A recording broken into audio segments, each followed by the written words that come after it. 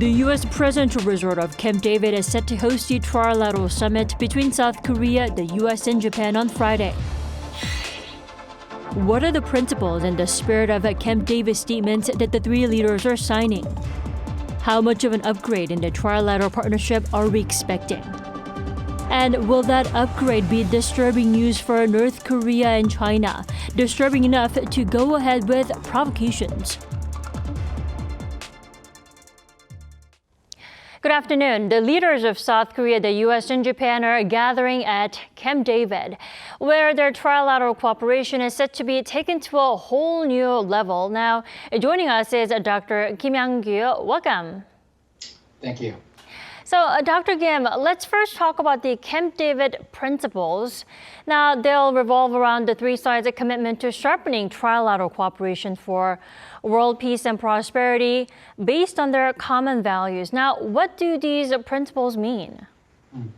Yeah, yesterday, the first Deputy National Security Advisor, Kim Tae-hyo, confirmed that two documents will be adopted at the summit, Trilateral Summit, and one is the Camp David's principle just mentioned, and the other one is Spirit of Camp David. And First Deputy Kim explained that the Camp David principle will outline, as you just said, guidance for the cooperation among three countries, while the Spirit of Camp David will be about the visions for such cooperation.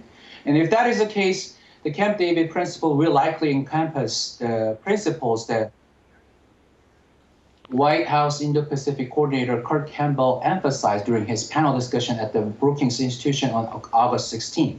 He argued that behind the scenes, most countries welcome U.S. efforts to build greater resiliency and creativity in multilateral and minilateral groupings in the Indo-Pacific region. And he stated that this is because of the past 50 years of prosperity, wealth creation, and innovation under the global liberal order led by the United States. He then identified a few key elements of the U.S. operating system, he liked to use the term, that have contributed to this achievement, and which include the rule of law, freedom of navigation, peaceful resolution of disputes, and the critical role of the U.S. in maintaining peace and stability in the region.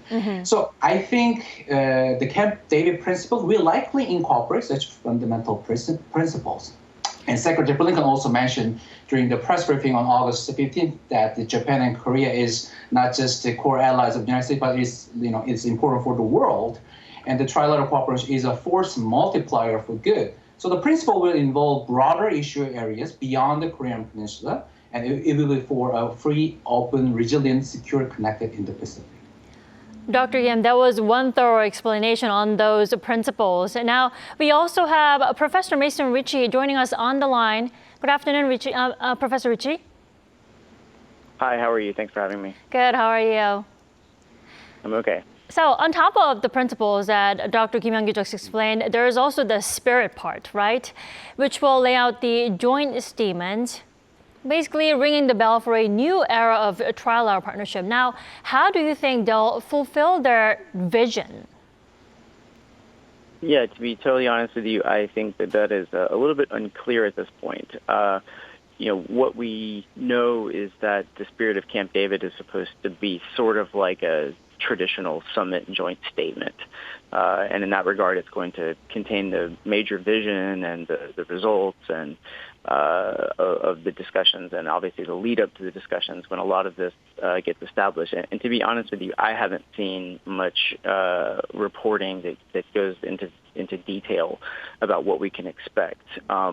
But in theory, what this is supposed to provide is some concrete action and implementation of measures, I think probably covering at least three areas. One would be general security and military cooperation, extended deterrence more specifically, and then economic security.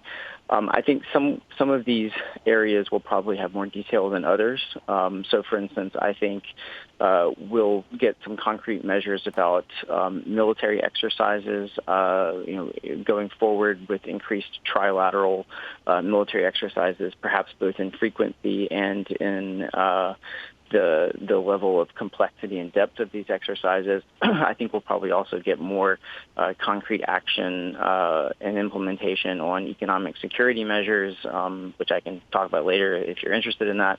I think we can probably expect less detail on areas, for instance, like extended deterrence and notably missile defense. And that's because those are highly complex, they're highly technical, and I think we just simply haven't had enough time and not enough depth and institutionalization of this trilateral cooperation for a very concrete level of implementation and concrete measures on trilateral extended deterrence and missile defense. It's also very sensitive. China and North Korea are, of course, in the background of this meeting, and especially extended deterrence and missile defense cooperation among Washington, Seoul, and Tokyo is extremely sensitive for China.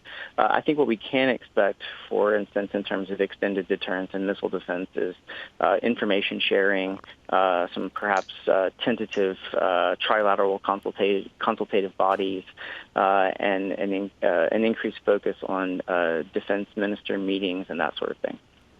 Right, for sure. Things are up in the air, but we do know that extended deterrence will be a prominent topic. Like President Yoon Suk-yeol said earlier this week, that the three nations are open to separate negotiations, maybe something like a nuclear consultative. Could there be something like that? Dr. Kim Yang-gyu, what do you think? Well, I think Professor Richey already mentioned a couple of things, very important measures. And if I put it a different way, I think there could be two major lines of effort can be conducted here, and we discussed it here. The first line of effort is related to bolstering existing measures or initiatives like the measure that you just mentioned, NCG. Mm-hmm. And during the inaugural U.S. ROK NCG meeting, both sides agreed to establish various work streams to reinforce extended deterrence, and these include the protocol for information sharing, process for nuclear consultation and communication, coordination and development of planning operations, exercises and investment activities, and enhancing the visibility of U.S. strategic asset deployments. So if discussion follow this line, I think the main agenda will likely involve around trilateralizing the measures that already existed in the bilateral setting. So like real-time sharing of information regarding North Korea's nuclear weapons and missiles, along with Korea, U.S., Japan joint missile exercises will be likely included in these measures. The second line of effort, which I personally expect and would be associated with the cooperation in the cutting-edge military technologies, and then I hold high hopes for progress in this area because we're talking about the future military capabilities here. Right. And we can reduce the significance of nuclear weapons if this happens. So think about it. For example, like if we can detect all North Korean nuclear weapons and continuously monitor them for 24 hours. And if we have a precision strike capability that could almost certainly destroy them, then the strategic value of the North Korea's nuclear weapons would diminish almost to zero. And this underscores the critical importance of collaboration with the U.S. in the fields of like space, AI, drones, quantum computing, and more. And given the Biden administration has been very clear that they have open mind and they are open to share the fruit of research and development achievement that U.S. has achieved so far with the key allies in the region, I'm hopeful that the concrete arrangement can be established this time. Right. The President Yoon Suk-yeol actually hinted at a sharpening trilateral cooperation on the stronger resilience of their supply chain, as well as advanced and newly emerging tech, like you said, AI, space. Professor Richey, what details then can we expect from that plan? Yeah, so, I really think, in the first place, this summit with respect to, for instance, these types of economic security measures, really goes to, solidification of trilateral trust in critical and emerging areas. And so I think we'll see that in terms of energy transition, and that, of course, includes, batteries and hydrogen and other forms of energy storage, new forms of energy production. And all of that, of course, feeds into the larger issue of combating climate change and building increased climate resilience. So I think we'll probably see something there. we'll also see more concrete proposals involving digital transformation and digital standards. I think cyber, artificial intelligence, and quantum computing, as we also saw mentioned, linking the commercial space and the military space dimensions of the U.S., South Korea, and Japan, and cooperating better in that regard. Not only for military purposes, but for other purposes as well. And of course, semiconductors, memory chips, and things like that.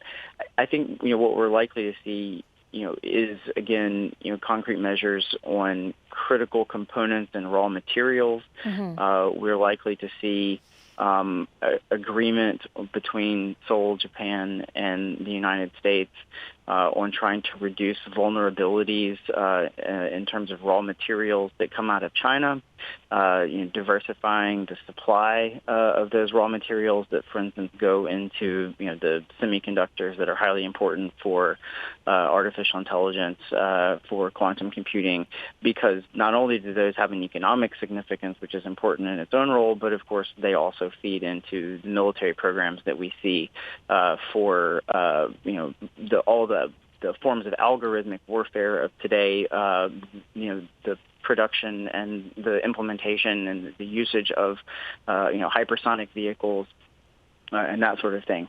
I think, in that sense, one really important thing to remember is, there's a sense in which economic security and traditional security and defense have begun to bleed over together to a point where I think it's almost impossible to really separate them in some ways. So the United States and increasingly its allies such as South Korea and Japan don't look at economic and tech security as being different from more traditional forms of security. Overall, I think the message that we're going to get and the concrete measures that will be defined going forward will try to reinforce what Jake Sullivan, the U.S. National Security Advisor, has referred to as a high wall with a small garden. So really trying to keep notably out of China, but probably also some other problematic countries as well, certain types of technologies that can be used in this military dimension and that for threats to the U.S. and its allies, while not trying to fully decouple the economies. Right. You just laid out a handful list of mutual interests and concerns ranging from defense and economy. Now, Dr. Kim, Seoul's presidential office also hinted one more document like the principles and the spirit can be on the way. Any idea what could that be? Well, I'm curious too. It looks like the two documents are ready, and the third one requires more discussion for sure. And that means the two documents that are already ready. That means they are more about the principles and visions, which are not difficult to negotiate or agree upon. The third one, I think, is more about tangible issues, or maybe it could be just a fact sheet. But considering that the president's office said the history of trilateral cooperation will be divided into the period before and after August 18th, which means that this is like a BC and AD stuff, right? So it seems that the summit should adopt very significant major initiative.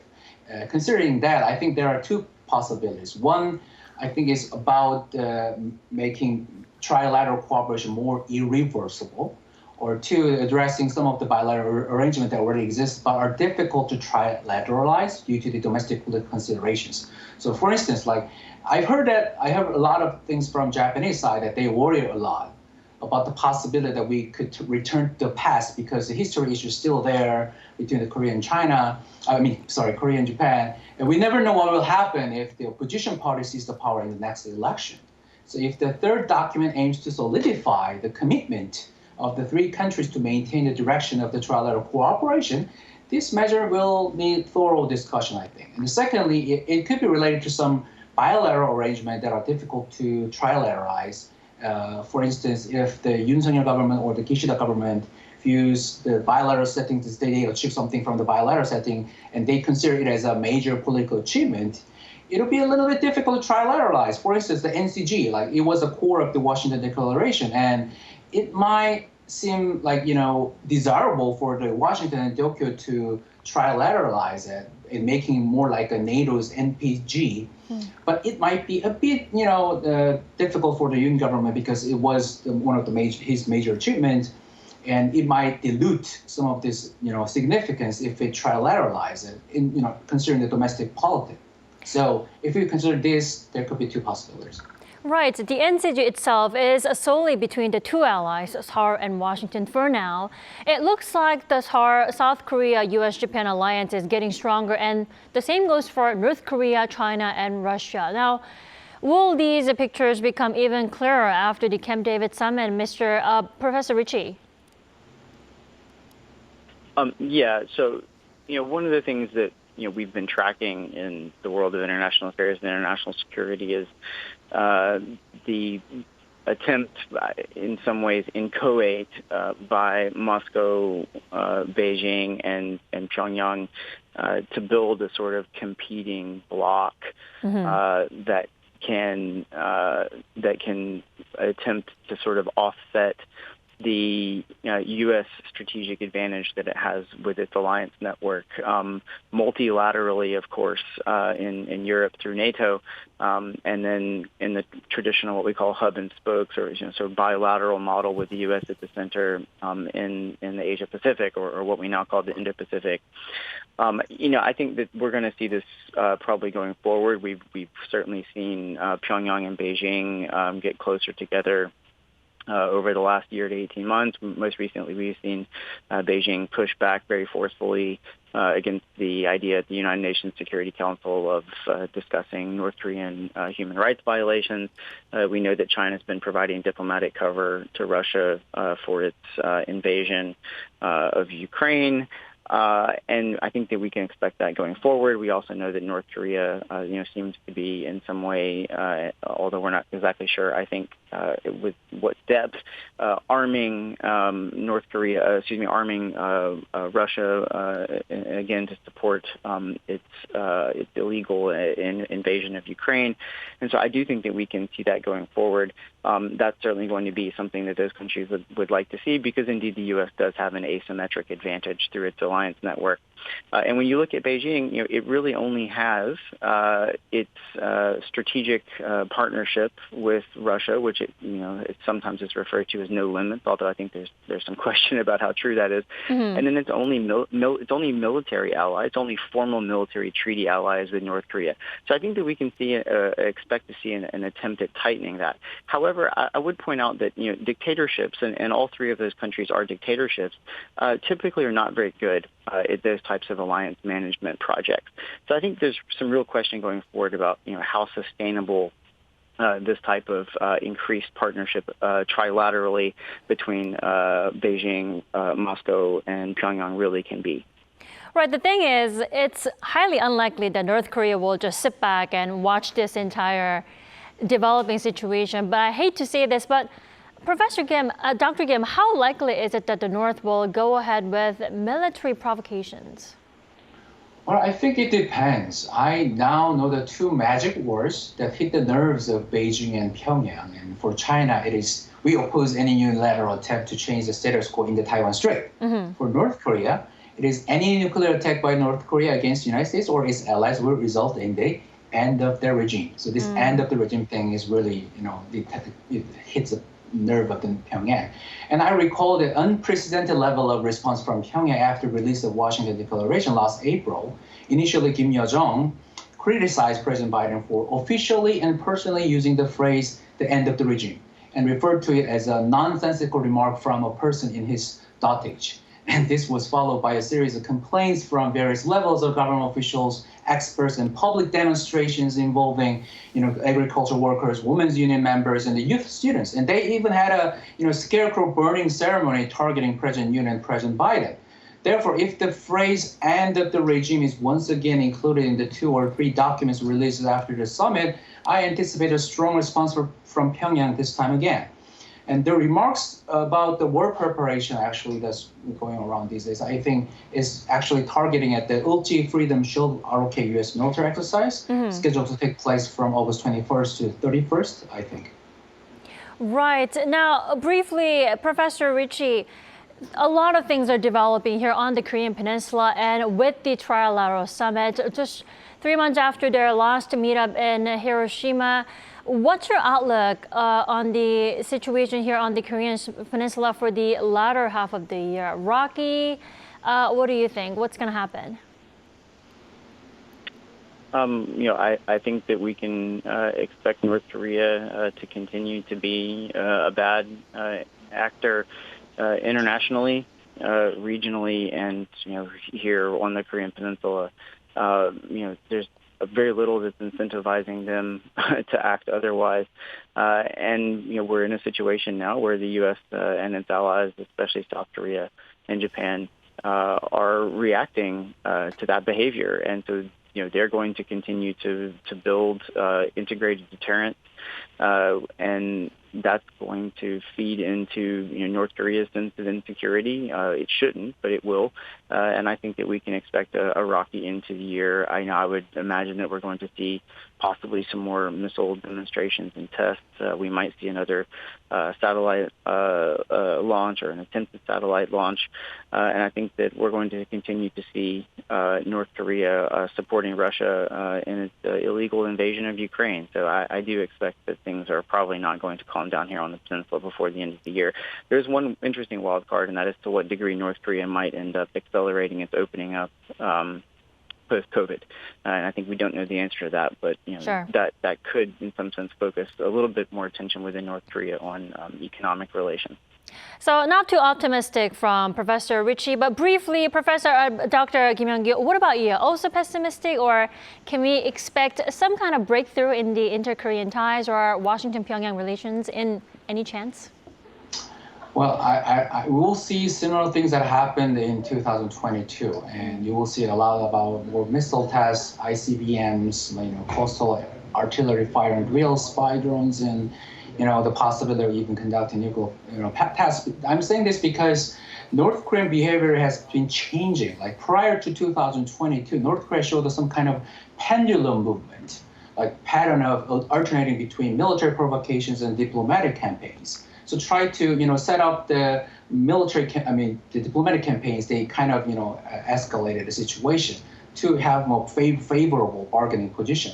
Now it is different. Like even Kurt Campbell also mentioned that now DPRK looks like they just focus on steps to improve military and nuclear capabilities rather than preparing for diplomacy.